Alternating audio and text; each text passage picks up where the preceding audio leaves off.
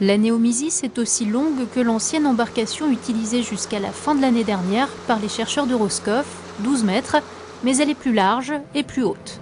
À bord, le commandant navigue plus confortablement et sur le pont, les scientifiques manœuvrent plus aisément.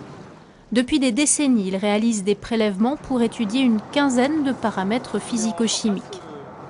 Depuis 1952, les gens à la station viennent faire des prélèvements d'eau de mer et des mesures de température.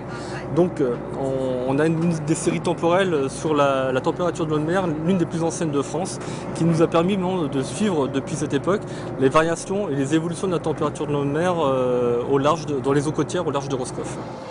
Le travail des scientifiques ne change pas, mais les nouveaux équipements du bateau, thermosalinographe, station météo, laboratoire sec et humide, permettent la collecte de davantage d'informations tout au long de la navigation.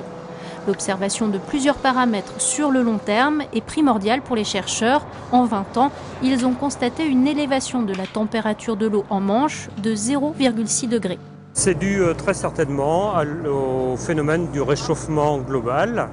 Et donc le suivi sur 50 ans nous a permis de voir qu'il y a un cycle à 10 ans, mais que sur ce cycle à 10 ans se surimpose maintenant, depuis 1988, une augmentation marquée qui est liée aux activités humaines, très certainement. Observation et aussi recherche et enseignement, ce sont les 3 missions de la Néomisis. Une nouvelle embarcation qui permet à la station biologique de Roscoff de conforter sa place au sein des laboratoires importants d'Europe en biologie marine.